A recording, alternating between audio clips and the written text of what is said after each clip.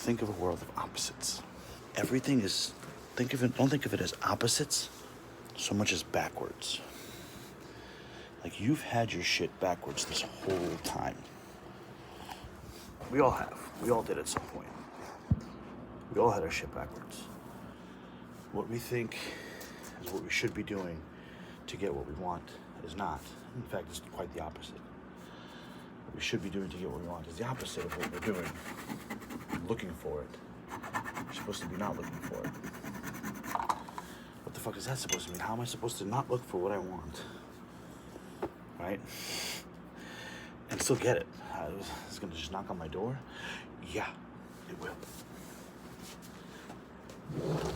And then, to top it all off, they give you some shit like you have to be absent of desire.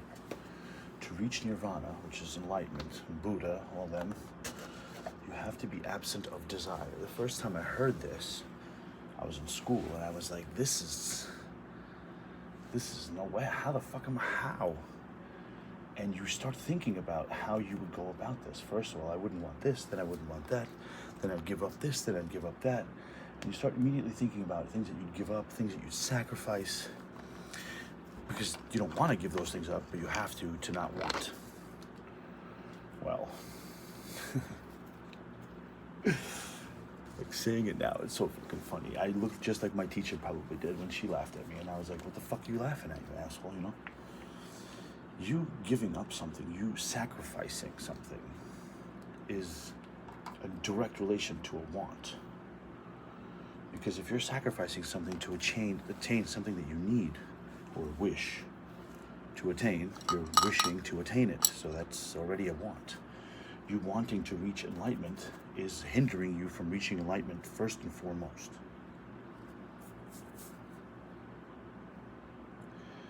Fuck. So what do we do? You know, what's the way out here? Like, what's the play? Like, how do we? And the funny thing is about me, I love words. I love languages. I don't know as many as I should, but I love languages. And I believe that if a human being's life depended on it, he would be able to communicate to anyone and anything he wanted. So, like, if he was in a... Hang on, I got a Robert Monroe's in my ear here. So as you're... if he was dying, right, or if they were dying, and they need to explain something of dire circumstance and dire need to someone else, they would be able to do that no problem. Whether it's body language, whether it's hand signals, whatever it is. But language is obviously the easiest. Now, what is a word? A word is a series of vibrations that you understand. Just like dolphins. Dolphins have a series of vibrations that we can understand. Dolphins have a language that they can speak. I don't remember if it's illegal to communicate with dolphins or to attempt a communication with dolphins in some states. But that's the thing.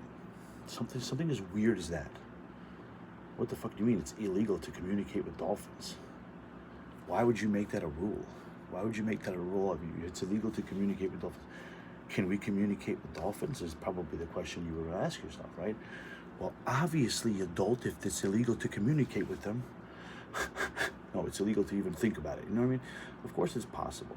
We figured out that not only dolphins, not only do they have their own language, and they communicate to each other with a series of clicks and the little, you know, whatever the hell they do, whatever noises they make, that their children, baby dolphins, little cute little baby fuckers, learn their language just like our children do. And they discovered this because they figured out that dolphins babble. You know, when a baby, before they learn how to talk, they blah, blah, blah, blah, blah, blah, blah, blah, blah, blah, blah, and you see that they're fucking pissed at something, but they're, you know, what the hell, first of all, what the hell could they possibly be so pissed about? Because I've seen babies before go off on a rant like they were like a dictator in front of a country about to go to war against the world, if you know who I mean. That's what they looked like. And I mean, it's saying in an evil way. I'm just saying that was the level of importance of what they were trying to tell everyone, and everyone was just laughing at him. Hey, he's so cute. No, he's like, you know. Listen to the kid, man. He's fucking saying something. I don't give a shit what it sounds like. I don't care how old he is. If someone is that serious about anything, you listen. You try to get as much as you can, which is why I love languages. Dolphins essentially babble. So they're babies, they talk. And the way they figured this out was because they mapped the clicks, I basically mapped the whatever, the sounds, and they broke them down into the alphanumeric or whatever the fuck it is. You speech pathologists, please unite, help me out here. Let me channel Lauren Fallborn, please, real quick. They took the numbers of clicks, the mathematical patterns, and they arranged it into words. Now they can't. I'm sure. I don't know, but as far as I know, they can't like decipher dolphin language. Like you don't know which dolphin's name is Steve and whose is Bob and what they talk about, but you can decipher the fact that they're two adult dolphins talking to each other, and then a baby dolphin, because the series of clicks are similar, but they're not. And if you take the human language and a baby's language, when he's babbling, making syllables but not quite words, it's the same pattern. So it means that dolphins can teach their kids their language, which is fair enough to be said. Now, language is something that we have over most of the animals on this planet, although things like dolphins, things like blue whales, I don't know, man. Maybe they can communicate to more than one animal, because, for instance, children can communicate with dogs without talking, with intent. I know that for a fact because I've seen it happen, like, I don't know how many, hundreds of times. And I the first couple of times somebody told me about it, my mother told me about it. She goes, dogs, children can talk to them. And I was like, what do you mean? She goes, well, look. And I saw this kid that was sitting there, and it was a baby, like probably like 1 or 2 years old. And it wasn't my baby, it wasn't my brother. I don't remember who it was.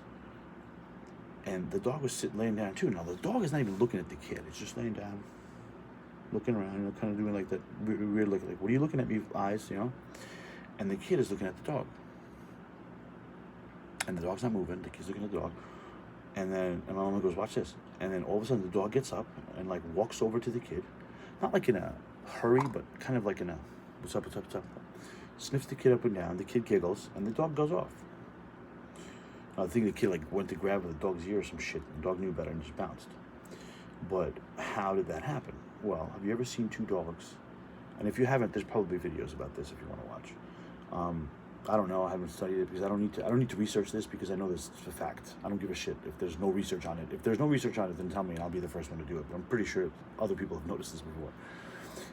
So two dogs are just laying down, not doing anything. They're not looking at each other. They're not barking at each other. They're just laying separately in a room, not moving. Like one's facing that way and one's facing that way. And then out of nowhere, for no apparent reason whatsoever, as far as you're concerned, they get up and they start fucking barking at each other like as if they were in the middle of a dog fight. Well, actually, it happens. The dog fights happen. The dogs just start fighting, battling to the death almost. For what? For nothing. Nothing happened. I've often been like, what the fuck are you guys doing? Like, what the hell happened? Well, because when they're laying there and looking around, not doing anything, as long as you're concerned, like I said, they're talking to each other. They're having fucking arguments and shit. Like, the dogs are like, fuck you, you stupid asshole. No, fuck you, no, fuck you. And they just get up and they beat the shit out of each other, or they try to, because one's had enough. Cats, I don't think can do this, because I've seen a video of a lion or a tiger sneaking up on a lion, or vice versa. I think it was a tiger sneaking up on a lion, and then the lion was just laying there sleeping. Not sleeping, he was awake. But, if this was a dog, he would have definitely sensed it a mile away. And cats have a good sense of smell. Maybe he just caught him off guard. I don't know. I have a feeling that cats can't do this communication the way dogs can. I think there's a general communication in terms of animals, kind of like we can communicate telepathically, but we don't really know how. And then there's a direct, more formal line of communication between dogs. And because they're so closely knit to humans, and because we basically made dogs, and I'm sure that some of the things that we have incorporated into their genome has resonated, and that's why they can talk to human babies, but only babies, because once we learn actual language, we have to use that part of our brain that uses it telepathically and all that shit to learn language. And it doesn't mean that we have to forget how to telepathically communicate, but nobody makes us continue doing it. So everybody knows that babies can everybody thinks, or most people think that babies can talk, to each other with telepathically, but nobody actually enforces it and pursues it. So so when your kid's 1 or 2, you don't teach the kid how to, say apple with your mind and then with your mouth. I wish they did. I should have too. I guess I'm a little late to that party, because I think that once they lose it, once after the age, I think of 3 or 4, it's gone. It's gone in terms of like now they're with the rest of us. Now they have to try to get it back for the rest of their lives. But I think if you could instill it before that, they can. And I've seen a video. I don't know if it's true or not because anything could be false. I always say this because it's bullshit, unfortunately, but it's the case. There's kids. There's a school out there. There's a woman that has these kids, and they completely blindfolded could read books. No braille. No, there's just a book. Like I'll hand you a fucking kid's book. You put a blindfold on, and these blindfolds are like heavy duty. Like there's no way, And they read books to the point where the guy didn't believe it. The guy was doing the interview, so he's like, "How about this? Can you read if I write something on a piece of paper?" And the kid's like, "Yeah, I could try." So the guy started writing the word, like he was writing like pony or some shit or horse, and the kid said it before he even finished writing the word. Now, what does that tell you right there? That tells you right there that the kid is not actually seeing without seeing.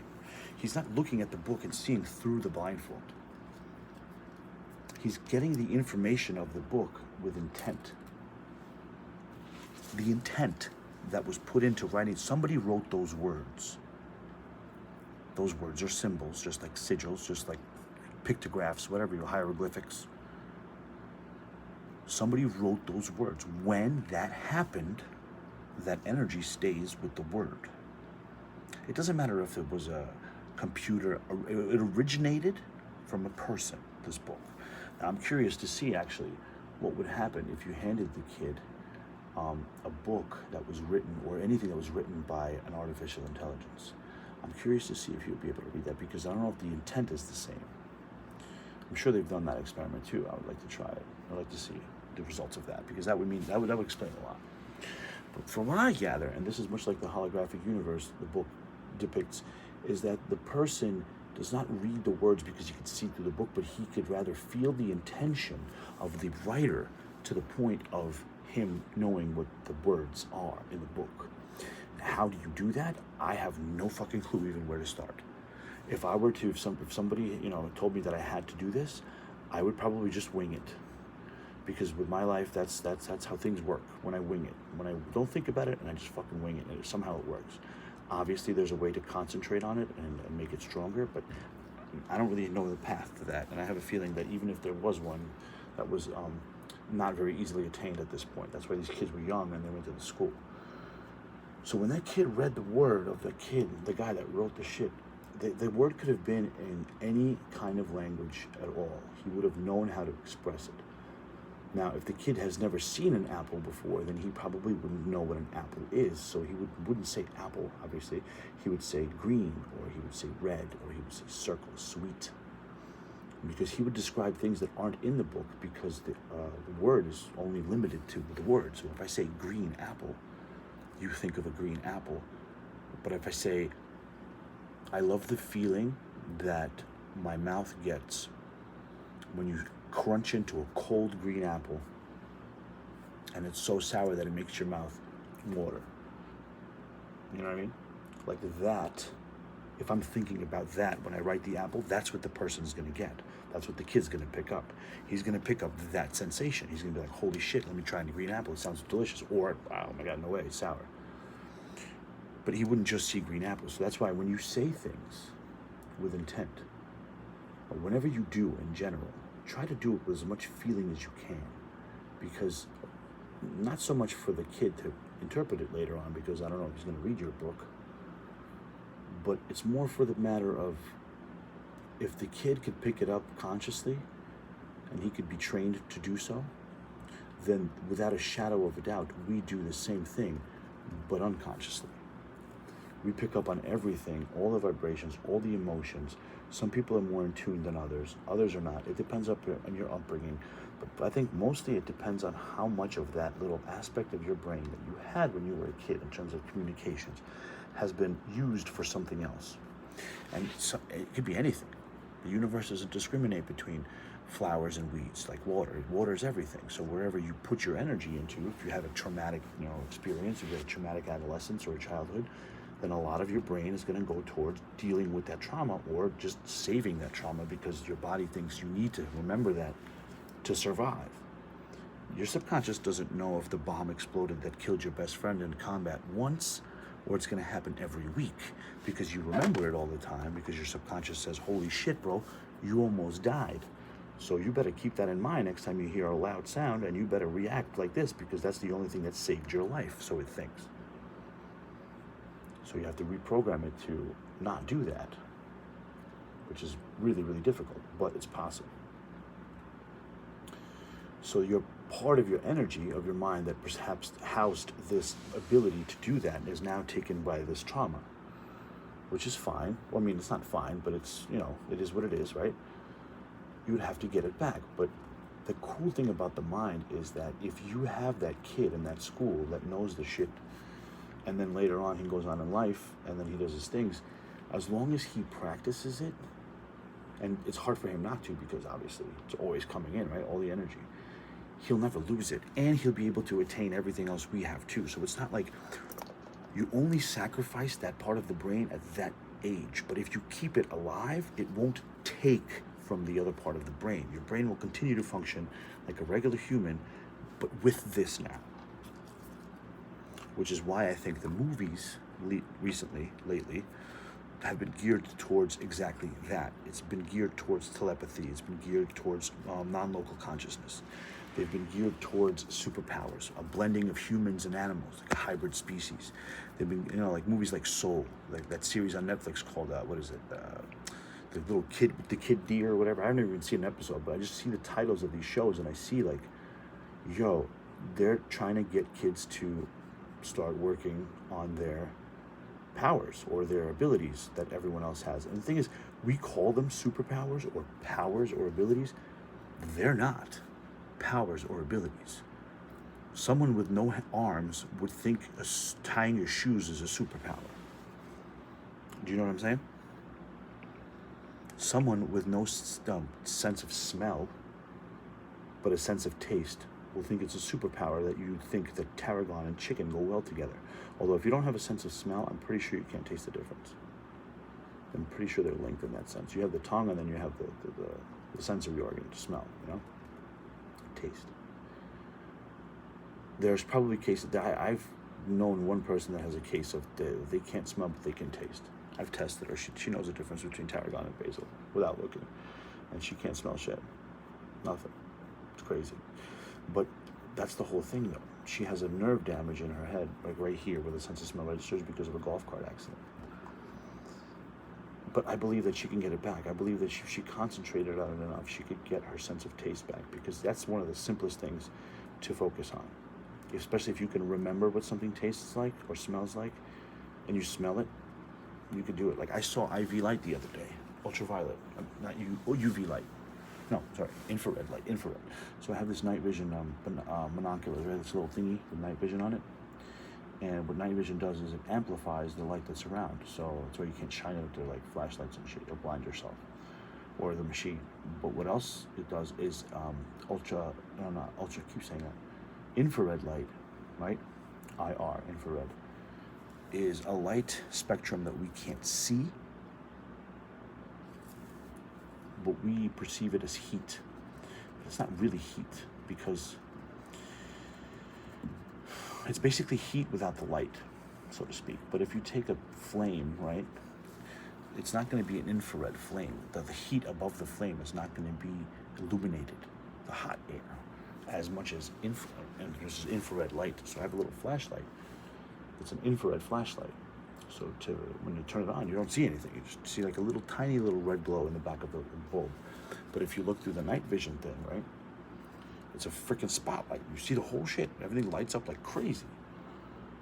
So what I would do is I would have the flashlight in one hand and I had the thing in the other hand, and you kind of just follow around with the flashlight and the thing. You take the thing away, and for like a split second, you could see the flashlight. Like without it, you know what I mean? And it looks green because the thing just makes everything look green. And it looks green, the flashlight, it's not red, but you can see it. Which leads me to believe that because you have trained your eyes under this machine to see this infrared light, you could actually train your eyes to see this infrared light in the same manner. Just like you could train yourself to communicate with dolphins, but that would be illegal. I started this with thinking you got everything backwards, but you do have everything backwards. And that's the irony of this whole thing, is that this half of our lives, it's like one of the best quotes I've ever heard is, we all have two lives. It really is true. We all have two lives, and the second one begins when you find out there's only one. Like when you realize that there's only one, and when you find out, when you realize that you've only got one life to live, you start living a different life, because up to a point, you just think you're young, you don't really think about it that way. Am I afraid of dying? No, I'm not afraid of dying. Do I have fears? Yeah, probably. I would rather not talk about them because that makes them kind of real. But I also think that every day I live, I get myself further and further away from those fears. Well, I know that for a fact, but, that is what it is. Am I afraid of dying? No. Would I want to die right now? No. I like this place. I like what I'm doing. I think I still have a couple more things to do before I go. But then again, if it was time for me to go, then it's time for me to go. Who am I going to fight it? The more you struggle in terms of things you can't control, the worse your life is. And what I mean is like the past. You can't control your past. Whatever's happened has happened. So the more you dwell in it, the more you're taking away from the present, and which is building the future. So you're essentially making your whole life this perpetual bullshit that you're living in, and you're doing it all on your own. You have no one else to blame.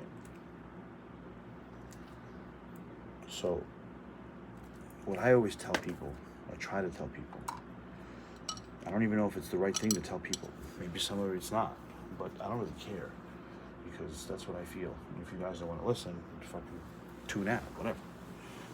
Is one of the best things you can do is accept that everything will change. If you can't. If you're one of those people that likes things the way they are, you have to accept everything that will change. Then you have to embrace the fact that everything will change. And tell yourself you're going to do the best you can when it does, because it will. And if you could do those things, if you could embrace that everything will change and accept that everything will change, you have to start looking at everything from a different point of view. If only just to see it from that point of view. You don't have to act on it, but you have to see it. And that's one of the hardest things to do, because it's hard not to judge when you're biased. It's impossible. But you have to. You have a limitation about your upbringing, your belief structure, everything that you know and love and hate, dislike, has a basis behind it. There's a reason for you not liking this. There's a reason that I don't like fish, because when I grew up, nobody ate fish. But Bobby over here lived in a fishing village, or the docks in Maryland, so he knows crab cakes better than most people know anything. You know what I mean? But Bobby doesn't think there should be basil in his crab cakes, because that's not what he was brought up with. He was brought up with thyme being in crab cakes. Tarragon, not basil. Are crab cakes better with basil? Or are they better with thyme or tarragon? It depends on the day, bro. You know what I mean? In the summer, I'll take it with basil with lobster sauce, Cajun lobster sauce. In the winter, I'll take it with thyme or tarragon. And in in winter, I'll take it with tarragon. And in the fall, I'll take it with thyme. It's because I like my crab cakes in different ways. Because I see perceptions. Can I appreciate someone that doesn't like any herbs in their crab cakes? Of course. Do I agree with it? No, not necessarily. But I see it from their perspective. And once you start doing that, you'll begin, first of all, you'll understand why people do the things they do. Most of them, right? And you'll begin to be more forgiving, so to speak, or more understanding, which is essentially the same thing. And you'll be able to see all of the different possibilities of the smallest intricate thing that's out there personified. And you really realize how much you've got to learn, which is another very good quote, another favorite quote of mine from, I think Socrates said this. He said, "I am the wisest man alive, for I know just one thing. I know nothing." If you think about that sentence, it's like, oh, what an oxymoron. No, it's not, though, because what he means is nobody actually knows anything. What is knowing? Knowing is believing.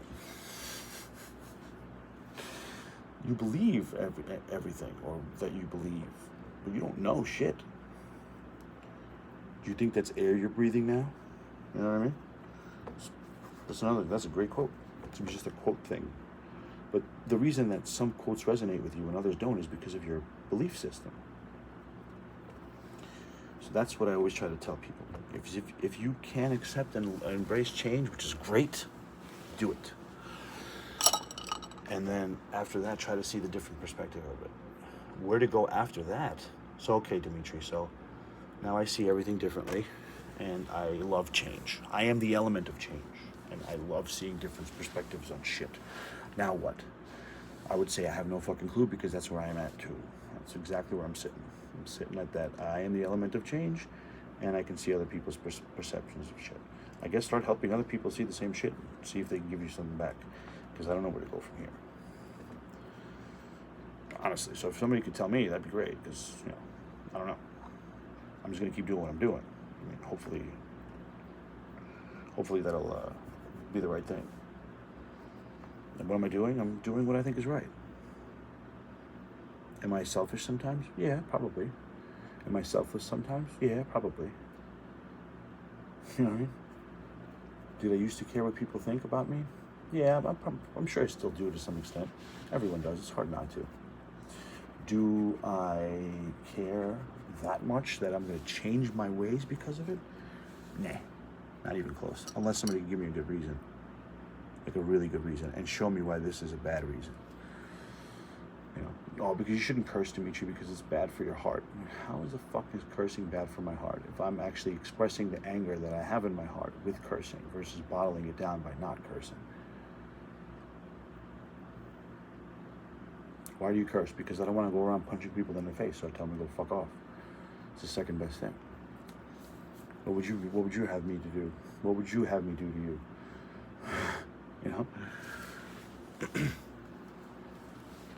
Communication is important. But the most important communication is the one that you have with yourself. Because your subconscious is much smarter than you are. And it will continue to deal with you as long as it has to, because, well, it's here for the ride. It's what he signed up for, or she. But at the same time, your subconscious doesn't know your shit. So if you wanted to tell you stuff, and you wanted to show you stuff, and you want to work with it, then you have to show it that you are willing to accept things that change, and you will not be afraid of things you don't understand. Once you can demonstrate to your subconscious, which is yourself, I'm talking about like it's another person, because it kind of is, but it's kind of not. Once you can demonstrate it, that you can understand things with the minimal amount of fear, because everyone will be afraid of something they can't understand at first. It's just an instinct.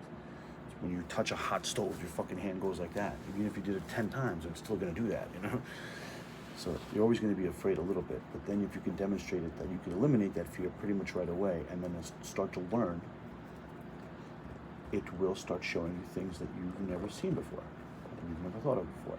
And the reason it doesn't show you those things is because it thinks that if you're afraid of something you don't understand, that is detrimental to your survival, much like PTSD, and it won't show you because it needs to live, because it is obviously inside of you. You are inside of it already. So that's what I got.